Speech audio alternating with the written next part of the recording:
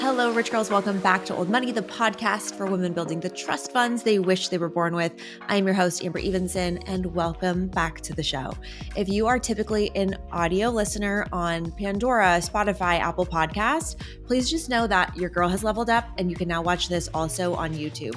I have been resisting this so much. I heard your cries and you all convinced me, you bullied me into being on video. I'm just kidding. You could never bully me, but I'm here on video and I'm telling you, this is take 6 of this, even just recording this intro. I haven't gotten past a minute yet of just trying to find my energy and my footing because I'm looking at myself on camera, which is so weird and different than how I normally do this. And it ties perfectly into today's episode. So if I can just give you a little preview, I think you're going to like today's episode because this is the most woo I have ever gotten with you on the show. I mean, we've dabbled in manifestation, we've dabbled in spells, we've dabbled in mindset, but today I am taking you into the quantum field. And I'm going to be honest, this is the first time I've ever talked about this out loud. I don't even know if my thoughts are fully formed, but we're going to work through this together because I have really come to such an understanding of myself and my own behaviors that I'm realizing the matrix that I'm playing in, and I have to share with you what I've learned. Being on video is an expression of that. It's been how is Amber blocking her abundance through her own 3-dimensional blocks and crazy thoughts and things and ideas and beliefs. We're going to get into it all, I promise. So stick around for today's show. This might be one that you want to bookmark because it's going to be big.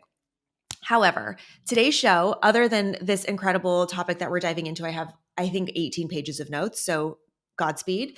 I also wanted to go through a couple housekeeping items. So if you have not yet gotten any emails or you're not on our email list, first of all, please sign up. I'll put the link in the show notes because that's where you're going to get things like Old Money Monthly and updates on any new products or courses or freebies, anything like that.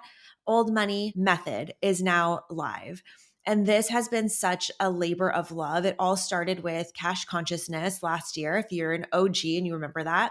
But Old Money Method is all about the steps that you need to take to achieve automation in your wealth building, to achieve organization with your money, because most of us are only spending money.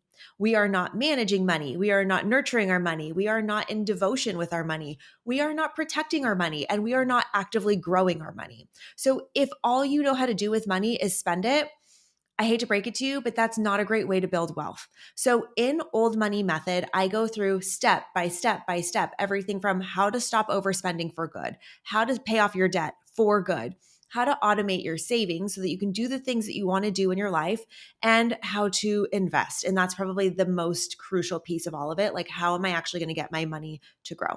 So we go through all of that step by step with me as your humble guide, going through the method to create wealth. And I don't know, I want to call it like sovereignty with your money. Like, you have freedom with money. Money is not something that's going to entrap you or stress you anymore. It's now a tool that you get to leverage to live the life you want to live.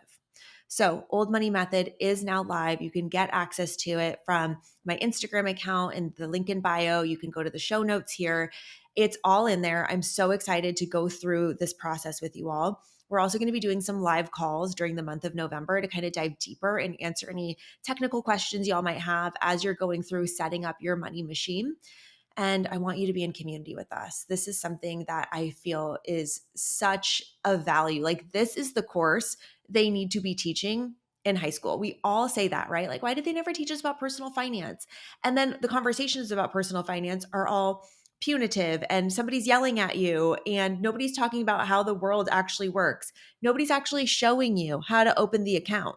Nobody's actually showing you how money should flow through your life. So I go through that step by step by step. So maybe this is a good Christmas gift for an 18-year-old or a 20-something in your life. I just thought of that. It's such actually a great idea because this is the education that we needed when we were in our early 20s. Like, following this education, following these steps, and then getting this in order in your 20s, like, you could invest in your 20s and then never need to invest again and be a multimillionaire by the time you're 45. That's the math. So Old Money Method is available for you. Link in the show notes. I cannot wait to see you in there. I know this is going to change the way that you deal with your money and take all of the stress and all of the confusion away. We're putting blinders on. We're not looking left. We're not looking right. We are looking just at our money and our situation and building a machine that works for you. So, again, thank you for being there with me on this journey and building this with me, because doing this in community with you all is like the best experience ever. So I'm really excited to get on those live calls with you and troubleshoot through whether it's the spreadsheets, the budgeting systems, the debt payoff, all the things. We'll talk about it in our live calls. Yay.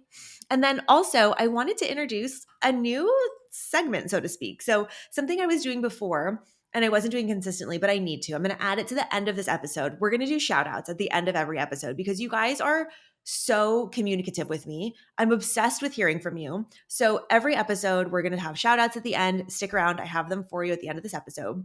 But the other thing I wanted to add into this is this like currently cashing in segment. I talked about this on the last episode, but essentially it's like things that I am curating or into or inspired by or just cashing in on, because I've gotten so much good feedback about Old Money Monthly. You guys have been liking the recommendations. I've been getting a lot of questions about products. You guys loved the I was going to call it like the Sephora episode, but all the skin and hair recommendations. I want to go through some things that I'm just like currently cashing in on, so you know kind of where my head's at as I'm curating my life. And the thing that I'm cashing in on right now is curating my environment.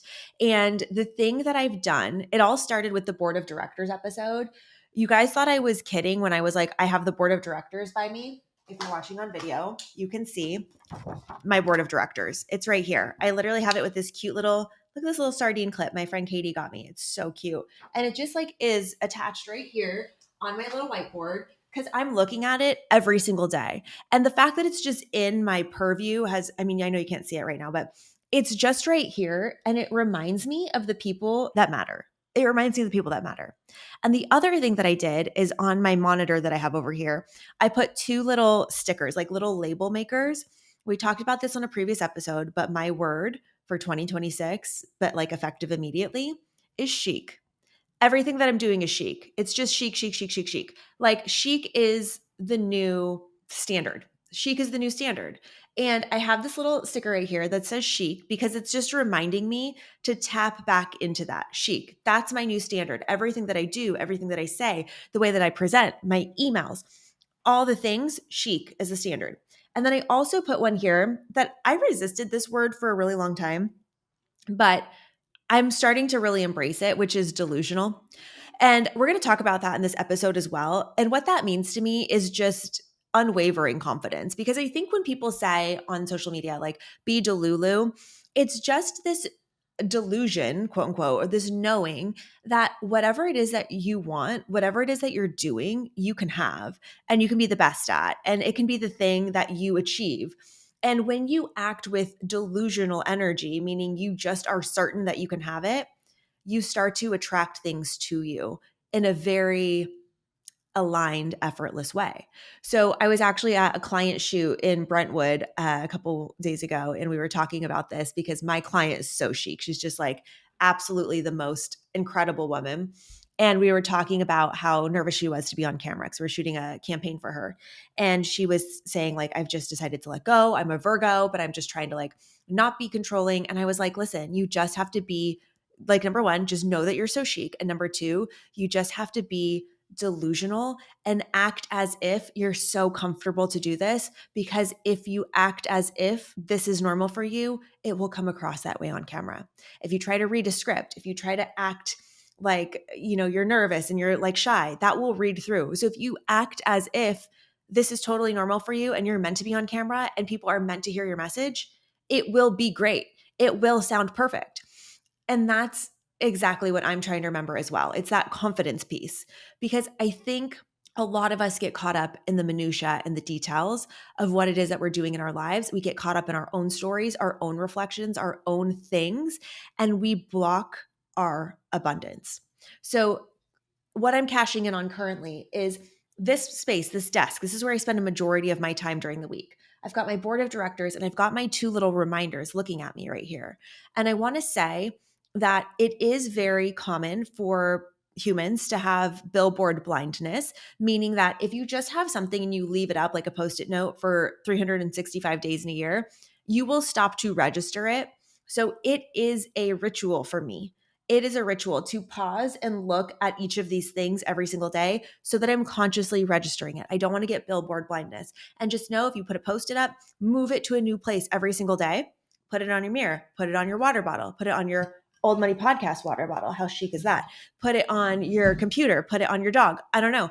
Put your post-it in a different spot so that you continue to register it as a new thought every single day. That's how that works, okay? So perfect dovetail into today's topic because all of us want abundance. All of us want to have the life that we dream of. And a lot of us might be unconsciously blocking it.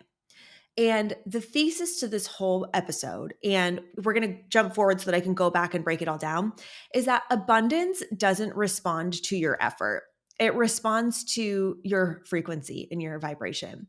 So I was watching this really interesting TikTok the other day of this guy that was talking about the universe, like, and the laws of the universe. They don't react to humans based on morality or if you're good or bad.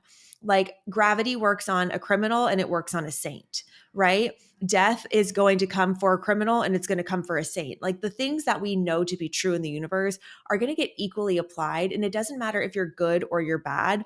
If you're good, that doesn't mean you're going to get money. And if you're bad, you're going to suffer. You can be rich or poor, whether you're good or bad. There's just no reaction in the universe that judges morality. And it's the same idea with things like abundance, because if we're looking at the framework in which we live, call it planet Earth, call it God's kingdom, call it the universe, use whatever framework works for you. But if we think about it as a simulation or a game or just, the stage that we're all on, we're not getting what we deserve. We are getting what we broadcast. And I want to walk through this and share with you. Like I said, I have never talked about this publicly before. Like this is so crazy quantum level stuff. But I want to talk about this experience and this interpretation of the life that we're living in as if it is a simulation in a video game. We're talking about the Matrix, we're talking about God, we're talking about the universe, we're talking about why we're here on this planet. But bear with me because no matter, like I said, no matter what the framework is that you put it in, there are these different levels of consciousness. And I'm going to use a video game analogy to break it down. Okay. I didn't come up with this video game analogy. This is something that's been talked about a lot and I've heard it over the years, but bear with me on this because if you've ever played a video game, you know that there are different experiences of playing that video game. Let's think about it in different layers, okay? So like the first layer or level, you might be in this video game as the character. So you are the little thing that's running on the screen, that's the sim. You are the sim in your Sims video game. And you as the sim, you don't know that you're being run by the player, which is the person playing the game. So this sim is like, this is my house, this is my body, this is my family, this is my name, this is my story, this is my job, like this is the role. Or if it's not Sims, it's like Mario Kart. You are Princess Peach. You are driving around. You have a pink car. You are totally your character. You're going to try to run like Toad off the road. You are being the character. All that you're focused on is staying on that rainbow road. There's no other thought that Princess Peach has when she's playing that game other than driving her car. She's focused on the task at hand. And if you go into some of these crazier video games and like, I just feel for past me, like the 15-year-old version of me that would like sit around with a bunch of people at like a kickback in high school while like boys played video games like Halo, like ew. But like, I want to hug that version of me and be like, get out of there, girl. Like you don't want to be around that. But think about that version, that person that's in the video game. The character that's walking around with the big guns and it's walking around and it's picking up like a little first aid kit and it's picking up food, it's picking up health or whatever after it gets shot. But it gets dropped in and it is reacting what is happening in that video game. That is the character. The character is the person that's walking around in the game, reacting to stimulus in the game. Something shoots at it, it shoots back, right? That character is in the game and what they care about is what's happening in the game. If you extrapolate this to people on Earth, the person that's the character is the one that is just reacting to stimulus. They don't recognize that they're in any game. They don't believe in God or universe. They don't understand that there's some divine I don't know what out there, some divine intelligence that have placed us here. They are living paycheck to paycheck. They're in full on financial fight or flight. Everything feels so real. They don't have faith or trust or love as core focuses of their life. They are in survival mode. This person is walking around on earth, going to job, cashing checks, checking in for their job, having these interactions with people, and they never stop to think, to take a bigger perspective of, why am I here, or what is really going on, or I wonder what's happening there. And that'll make more sense when I get to the next layer. The next layer is you as the player. Because when you recognize that you are the one holding the gaming control and you are directing the character that's in the game, you start to separate. You're still playing the game, but you're aware of the fact that you are creating the environment for the character. Well, not the environment. You are creating the actions that the character takes based on what you're doing on the controller. And for me, this is where we're at when we go through old money mindset.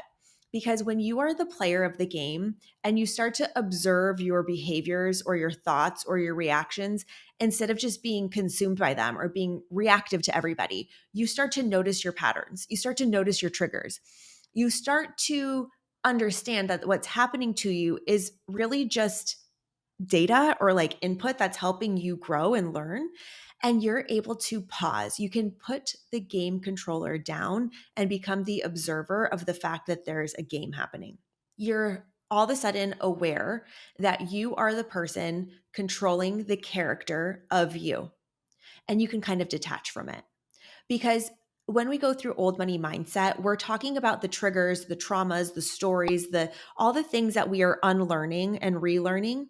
And we are all of a sudden able to have this separation of compassion towards ourselves. Oh, I see why that person really triggered me. Or, oh, when I didn't get that raise, it really triggered this and it made me feel like my safety was threatened. And that's why I acted that way. And oh, when my partner said this thing to me and I reacted in a way that was really unkind, I can see that the reason I did that was because it made me feel rejected, and that rejection wound needs to be healed. And so all of a sudden, we're starting to, instead of just being the person that lashes out without any conscious thought to our partner, we're starting to notice, oh, in this exchange, in this game, in this matrix, in this universe, we're having reactions or responses to people that might have more to it.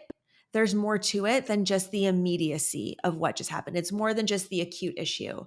It's like, I'm playing the character, I'm observing that person's thoughts and emotions, and I can put the controller down, take a pause in the game, and then reflect, make myself better, have a conversation with my inner child, my poor little girl, whatever it is. And when we talk about this in terms of money, it's about, instead of being the character who's like running around the game, you're running to your job, you're running to your second job, you're trying to pick up cash here, pick up cash there, and then deposit in the bank. And you're just like running through this game of life, trying to just pick up all the stuff.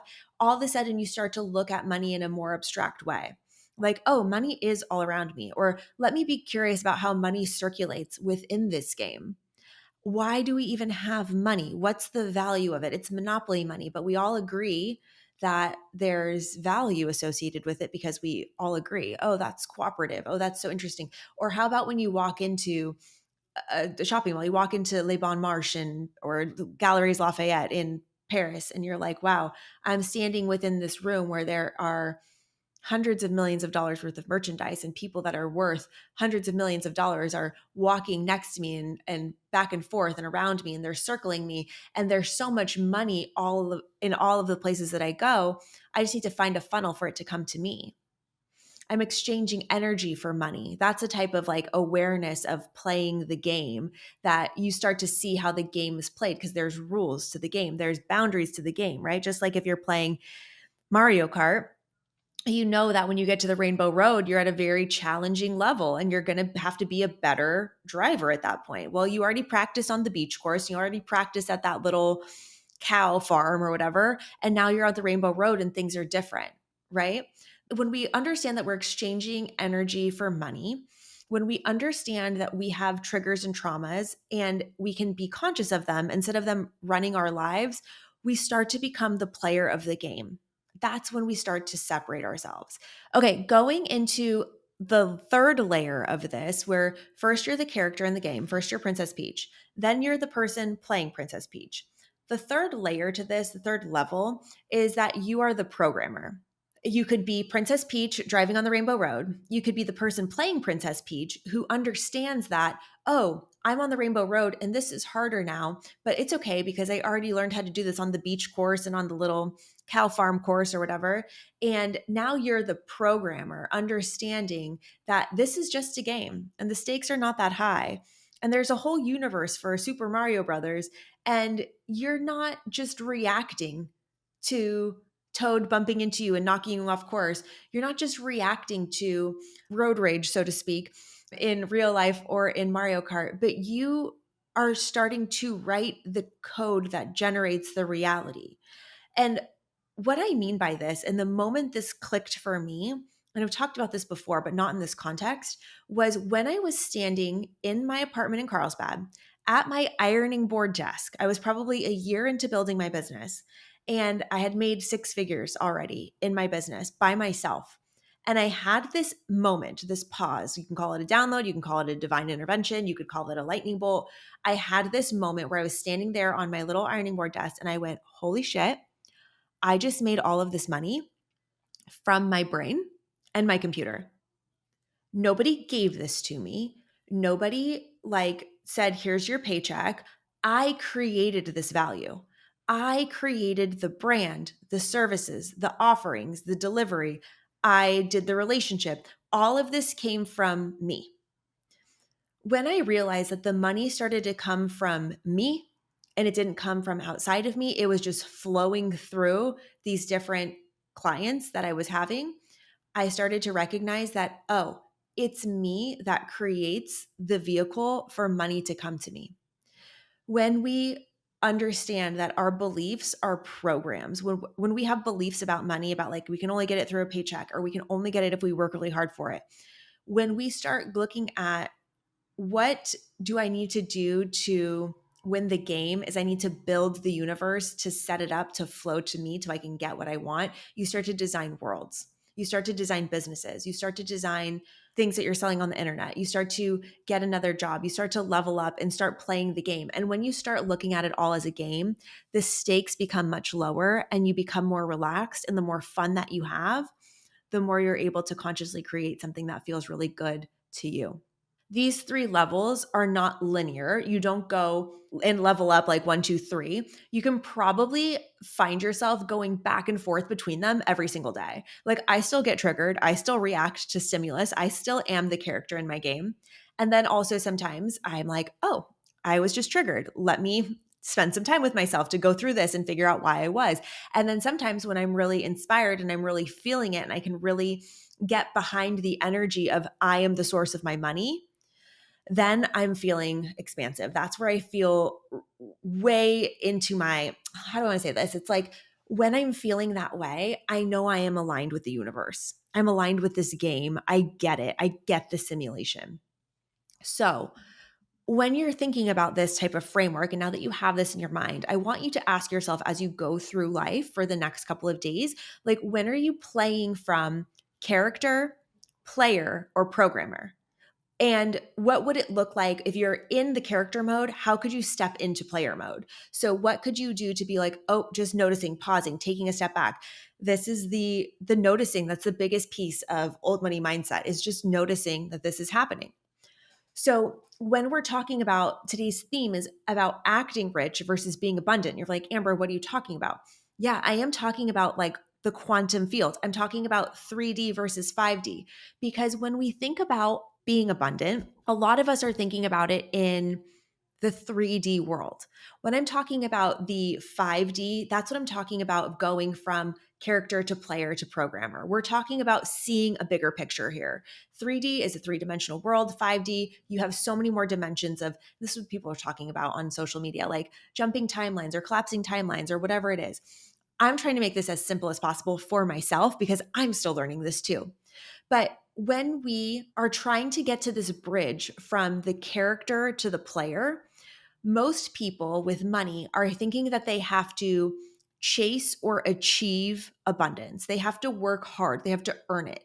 And that is the illusion. That is when you are in the three-dimensional space. When you believe you have to earn abundance, you are reinforcing this idea that you and abundance are two different things. When in reality, when you're the programmer, like I was talking about, when I realized like I made this business, I made all this money from my brain and my computer, I am the source. No matter what it is that you're working on, and I think a lot of us who are just in, I don't mean just in like that it's not big enough or whatever, but when we're in just W 2 jobs, we have this idea that our money comes from the company that we work for. That is the flow of money. There's usually, for most people in America, one flow of money from job to paycheck to pocket.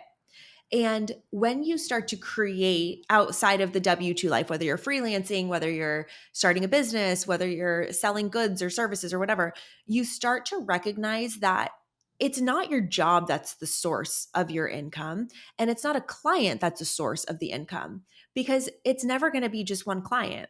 There's never one client that's going to make or break your entire business. You are going to be the source of value that people pay you for, and the clients are going to be interchangeable all of the time. Like if you have a healthy business, you should have client attrition as you up level and you get better clients and better clients and better clients. Your abundance has nothing to do with the source outside of you. It has everything to do with the source inside of you. So when you can recognize you're playing a game and you don't have to look outside of yourself for different people to pay you or to earn money, you get to be the source. That's when things start to change. I'll give you another idea. I'm selling courses, right? Like I have packaged Old Money Mindset and Old Money Method because I feel so strongly about the teachings in there. And I know that those teachings will change people's lives. And I broke them into two different sections because I feel some people need one, some people need the other, some people need both, whatever. I know that my teachings will impact and change people's lives for the better. I know they will have a 10x ROI if they do the practices in those courses. Like I know that for sure. Are the people buying my course the source of my income? No. The source of the income is the magic that's in those courses, because there are a bajillion people on the internet who can buy that. And so it doesn't matter whether they choose to or not. There's always going to be another person that could come through. But the thing that stays constant is the course, is the magic, my magic in that course. Does that make sense?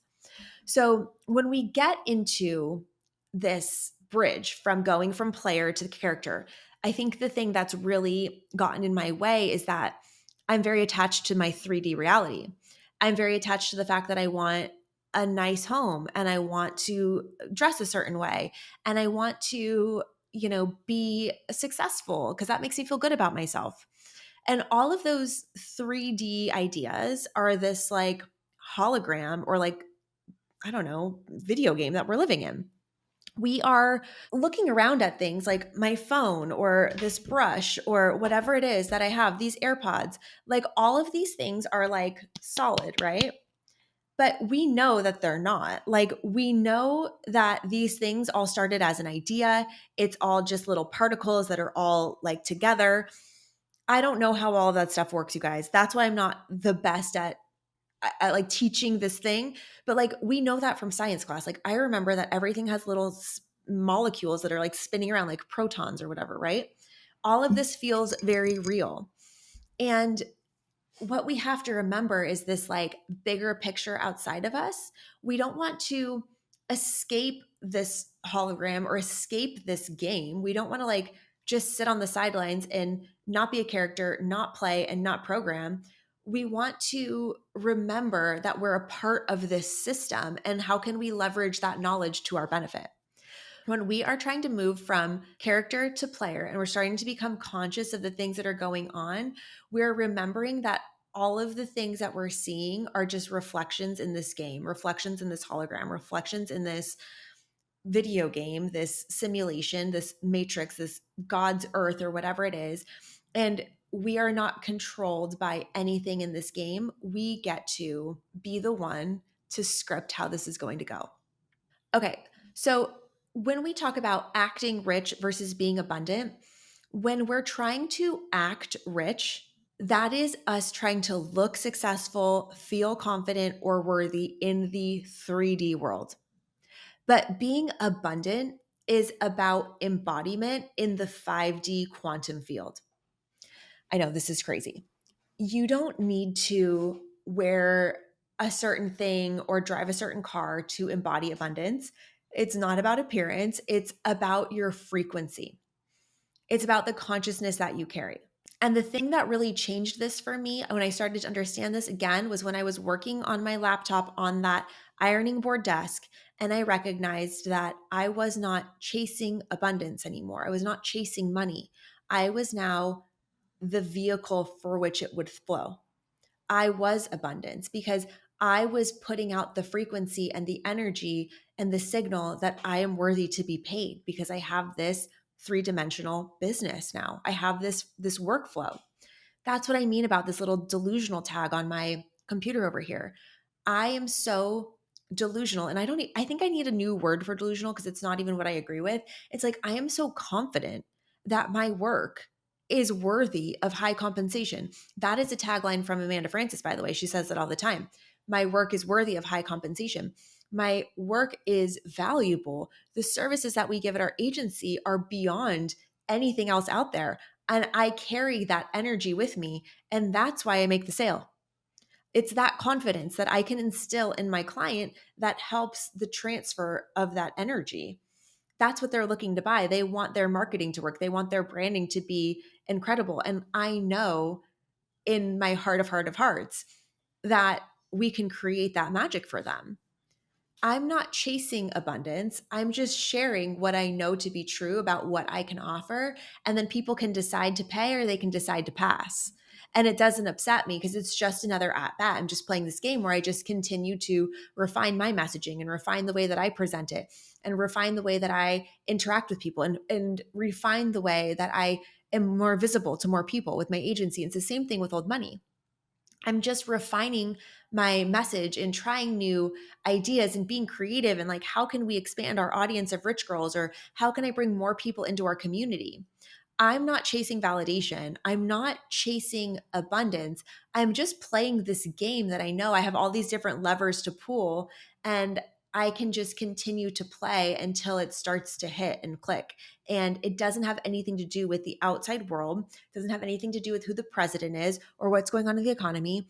I am the source of all of the abundance. When we talk about acting rich versus being abundant, here's what people are doing. In the 3D realm, what they're doing is they're trying to look rich. They're trying to be rich. And that often looks like a flashy lifestyle or flexing about your income or showcasing all the vacations you take on Instagram.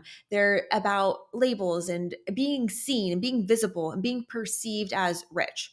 And we know from old money teachings that being wealthy is often about creating sustainable assets that are continually paying you. We're talking about long-term financial freedom. We're talking about a money machine that's working in the background of your life so that you have ultimate sovereignty over what it is you spend your time on. You're not beholden to work if you don't want to, but more than likely, wealthy means that you're not focused on flashing your money or flashing your status. You're interested in building something that is going to sustain you and give stability and safety to your family, resources to your family.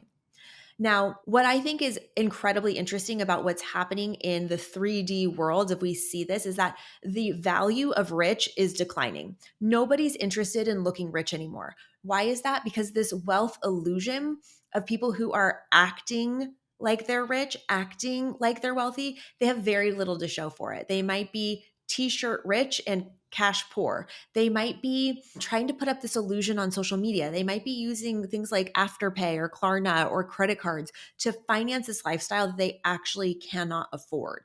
And they also found that there is a cheap high in getting approval or admiration, especially all these Bitcoin millionaires that happened in 21 and 22.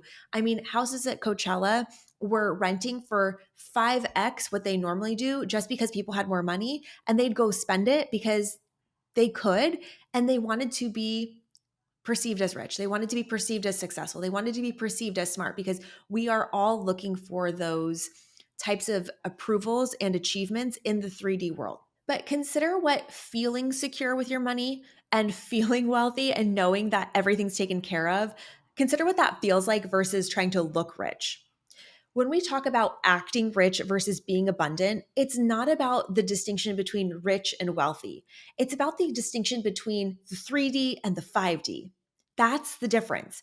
Because when we are trying to act rich, to look successful, confident, or wealthy, or even be successful, confident, and wealthy, we're still being the character in the game.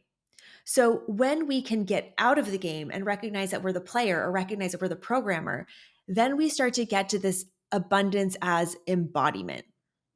Let me tell you where I keep glitching because this is going to happen. Like we all are going to glitch in the matrix. We are all going to glitch in the video game. Here are some things that we do that like interrupt our frequency of feeling good, feeling abundant in the game when we're not at all. Okay.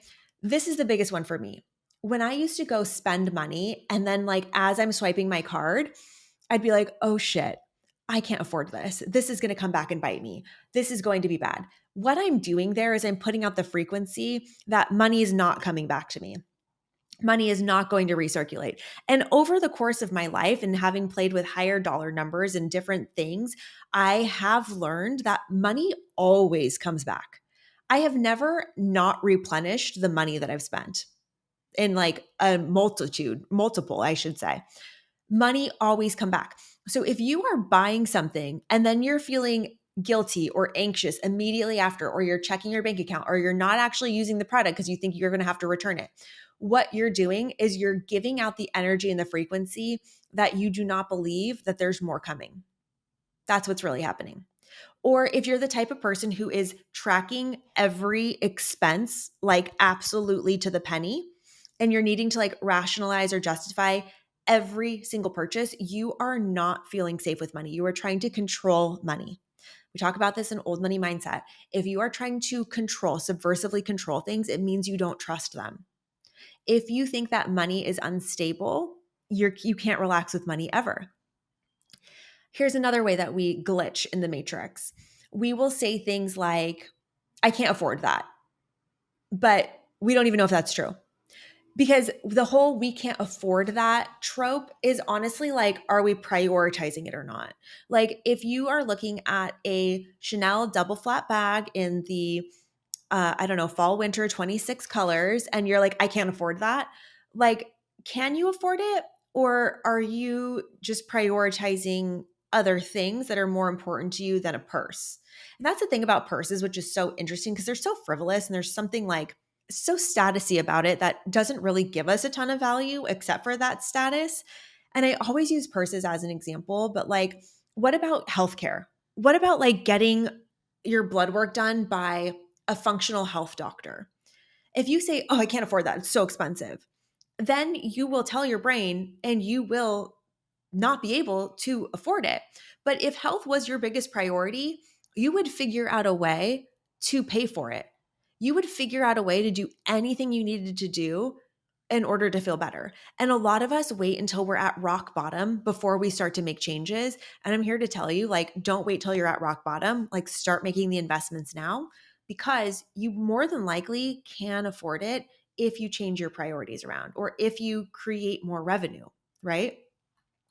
Another way that we glitch in the matrix and separate ourselves from being abundant is we disconnect from receiving. If you undercharge for your work because you're afraid to ask for more, if you feel uncomfortable when people give you gifts or compliments or are generous with you, if you say things like, oh my God, no, you don't have to do that, like, don't worry about it, instead of thank you, you have an issue with receiving. If you are deflecting or minimizing all of the blessings that show up in your life and you cannot get comfortable in receiving, you are going to have a hard time receiving money. Another thing that used to glitch for me is panicking when money would flow out in large amounts. Like when I first had to start paying my quarterly tax bills and they were 5 figures, and I was like, holy shit, that feels like a lot of money. And I would equate that losing money, I would equate that with like money leaving me. It gives me this feeling like there's not going to be more coming. All of these glitches, it's not about the spending. It's not about the spending and feeling guilty. It's not about the money going out. It's not about the issue with receiving in the 3 dimension. It's the frequency behind it. It's the energy that's underlying it. So if you spend like you're rich, but you feel like you're going to get punished, your energy is fear. If you're trying to control every single dollar that's coming in and going out by writing it down in a little notebook, that fear of lack, that's the energy you're broadcasting. You're scared that you're going to run out, or you're scared you have to manage it so you feel safe. Or if you feel like you can't receive a compliment or a gift or cookies from your next door neighbor, you're just telling the universe that you don't feel comfortable receiving. And what's so interesting about this is that all that this is, it's not good, bad, or different. It's just a signal. It's just a signal to you that you have to go do a side quest in this video game. You might need to go do a side quest in this video game to work on those particular ideas or those particular challenges that you have that come up for you. Or the side quest might be, for example, if you spend money and you're like, I can't afford this, I'm going to get punished, you're overspending. Maybe the side quest is examining why you're overspending. Maybe the side quest is going to set up a business so you have another stream of revenue. Maybe the side quest is driving Uber for 6 months every single night on a Friday, Saturday, Sunday so that you can get yourself out of debt. You have to start looking at this video game in more than just a linear experience. There's the 3 dimensional of acting rich, trying to look rich, trying to get success, trying to get the bag, trying to have the car. And then there's the 5D, which is you're recognizing, oh my God, like I'm not just playing this game, but I'm creating the scenarios that are necessary for my growth in this simulation, in this matrix, in this God's green earth, on whatever it is that I think that I'm experiencing this in. When you start to go on these side quests, and for me, this podcast is my side quest. Let me tell you a secret. You guys don't know this. When I was in my agency, like year 1 or 2, I set up a very successful podcast for a very, very, very successful professional who has over 2 million followers on TikTok on this day and age. And when I'm telling you, I downloaded TikTok on her phone. I set up a podcast, I branded it, I taught them how to do everything, I formatted it, I was writing the jokes, and I was writing jokes for another person. I was like, why am I writing jokes for another person when I should be the one delivering the jokes? Like, I'm hilarious. That's why I started this podcast. And it's the same reason why now I'm kind of in this like transitory phase of trying to create content to experiment and play, like what works, what doesn't. All of these side quests that I'm doing are based off of things that are happening to me in the 3D where I see I'm programming it for other people. I'm programming things through my agency for other people to go be successful, but I wasn't doing it for myself. That's what this side quest is of old money. It's all just a game. It's just an experiment, and it has such low stakes because I'm just having the most fun with it. That's why this feels so aligned. That's why you're listening to this podcast. That's why it's just easy. That's why, this work is attractive to people because I'm having fun and the branding's great and the conversations are interesting and I'm going there. In the 3D, it might look like a podcast. It might look like click subscribe, leave a review. In the 5D, this is me figuring out that I needed to create a rainbow road level for myself so that I could get better at driving. Does that make sense? Am I making sense? Please let me know if I'm making sense, because I recognized through living my life and feeling these different feelings from just being reactive, because you could just work with that person that's crushing their podcast and has all these funny jokes that you write, and you could just be resentful and angry and just be bitter. Or you can move through the old money mindset course and you can get to understanding that you're the player. And you're like, oh, I see why this person is triggering me. And when I tell you, I actually spent a lot of time in therapy working on my triggers with this particular person, you guys. Like, I did a full cord cutting ceremony. I did all the things. I'm not kidding, because I was so triggered by this person's way of being and their success and everything else. I don't know what's going on with my hair right now. Sorry about that. But I was so triggered by her, you guys, that I had to go to therapy for it. Well, I mean, I was in therapy for other things too, but I talked about her a lot. And now here we are, and I have the podcast. I have the success. I have the audience. I have the I don't know, expression of what I was so envious of. But it's not just about having it in the 3D. It's about the experience that I'm creating for myself in the 5D so that it can be a vehicle for me to grow and learn. Is that making sense? I hope this is making sense because this is a leap, you guys. And if you're still listening to this episode, Godspeed, send me a DM. Let me know that you got to the end. We're near the end because this is what I mean when we're talking about being abundant. You can act rich all day long, but if you're going to be abundant, you're going to have to remember what is happening around you so that you can get your feet on the ground, so to speak, and remember that abundance is embodiment. You are the programmer. You don't change the illusion by fighting it or stressing about it or reacting to it. You change by remembering that it's programmable and you are the programmer. You don't earn abundance. You don't sweat it out to abundance. You don't work hard for abundance. The more you remember who you are, which is the programmer, and the more that you align with the things that, and you have to, of course, you have to clear these things. You have to clear the triggers. You have to clear the trauma. You have to clear all the old programming. And then you start to reprogram. That's what old money mindset's all about. But the more you remember that you are here to be the source of your abundance because you create it, and the customers will come and go, the clients will come and go, the jobs will come and go. But the more that you focus on creating value and creating creatively, I know that sounds stupid, but like creating something that is about your game, then you start to become abundant through the expression of yourself. So, we've gone on a wild journey here. Let's recap. Let's do a little bit of a recap. I think that's important. I'm going to start with the fact that I am worthy of high compensation because what I share with the world is valuable. Whether it's my podcast, my courses, the services we offer in our agency, my consulting fee, my speaking fee, I have knowledge and nobody else has anointed me with that knowledge other than myself. I've created it through my experience, through the things I've said yes to, through the books that I've read, through the podcasts that I've listened to, through the journal entries, through the studying, through all of the things that I've done. I have anointed myself with knowledge in all of these different areas. I decided that I was going to create a service offering and a business so that money could flow to me and to all the people that work through me. I'm paying 7 salaries right now. And the money that we're creating is a part of our creative expression. And the way that I connect that to people is I know with my delusion that I am the best at what we do for what it is that we do. I feel so strongly that our work is worthy of high compensation. I know that I am the source of the abundance. It is my magic. It is my excitement, my enthusiasm, my knowledge, my team, our processes, this podcast, my energy, the way that I show up to the show, the magic that's in the courses. All of the abundance comes from me.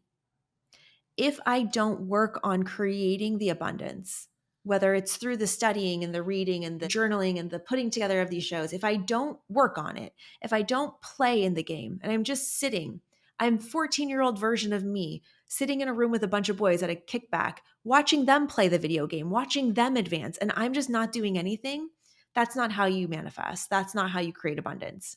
You create abundance when you recognize that you are the source of the abundance. Nobody else is the source of your abundance. And you start to recognize that being abundant is about your creative expression. It's about creating things on side quests that might be Etsy shops or Uber driver profiles, or it might be a consulting business. It might just be setting up a stand store and saying, I'm available to talk to you about career coaching for 30 minutes for $30. It might be anything that you are good at and creating a vehicle and then talking about what it is that you're doing so people are aware that you offer that thing and creating abundance that way through your unique individual talents. Some of the side quests that you might have to do might be developing those talents and skills. That's part of the video game. But when you start to recognize that you create the source of your abundance, and if you stop waiting for a job to pay you on your W-2 paycheck and you start creating, that is the secret. So they say this all the time on TikTok, but you need to be creating more than you consume if you want to be abundant in this life.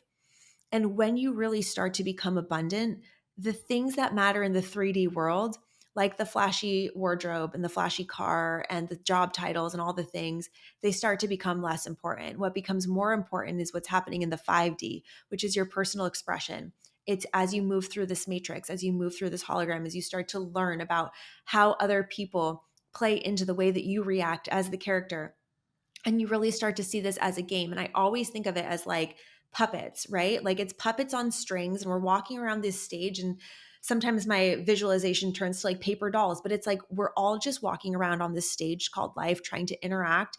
And there isn't a finite number of resources. There's an unlimited number of resources. There's an unlimited number of people. If you're single right now, there is an unlimited number of men. You could never run through all the men in the world that are worthy of you.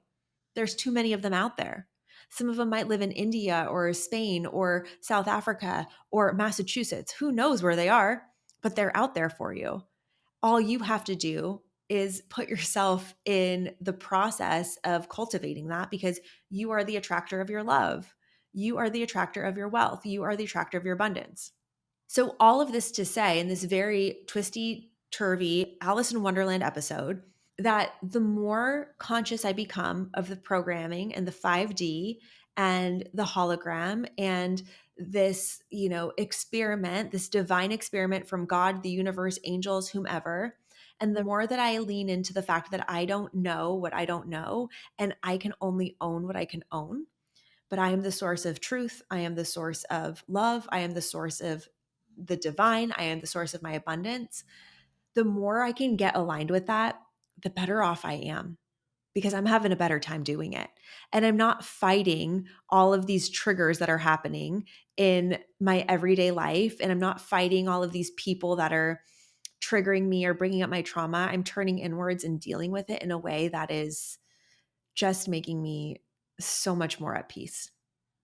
Please let me know if this makes sense to you. Please let me know if I'm making any sense at all. To wrap up today's episode, as I promised, I want to do some shout outs because I've been loving hearing from you guys. So if you're not yet subscribed to the podcast on YouTube, Spotify, Apple Podcasts, whatever it might be, please go subscribe so we can stay in touch there. And that way you'll always get notified when new episodes come out. And also, again, really importantly, I think you should go subscribe to the Old Money newsletter, because that's where all the magic's happening. Old Money newsletter, where you get Old Money Monthly and all that good stuff. And I'm loving your guys' responses there. So the first shout out I wanted to give today is to Sapphire. I hope that's your real name because it's a beautiful name, but it might just be your handle on Spotify. But I loved your feedback. She commented on 2 different episodes, and she said, from the Time Wealth is the New Trust Fund episode, Designing Your Old Money Summer, that's episode 111. She said, I really enjoyed this exercise. I really put into perspective what I'm lacking, but also wanting and needing in my life. And she also responded to the 7 magnificent investing myths and why you should stop playing the lottery, saying she learned so much and it was more than just basic financial fundamentals. So that made me so happy. Also, I wanted to shout out to Gabby. She wrote back on the High Value Handbook, and she said, love, this episode was such a good mindset shift. And I think in the past, I would have thought some of these items were bragging, but screw it. I want to be that girl. I'm obsessed. That is what the High Value Handbook is all about. So shout out to Sapphire and to Gabby today. Thank you guys for listening. If you have a shout out for me or you want a shout out on the show, you can always send me a DM and I'll shout you out on the next episode. I love you guys so much. I'll see you soon, maybe in the 3D, maybe in the 5D, but please let me know what you think about this episode, because like I said, this is the most woo-woo we've ever gotten. We have gone there and back, and it's been a journey, but I think it's one that's important that we go on. I love you guys so much, and I'll talk to you soon.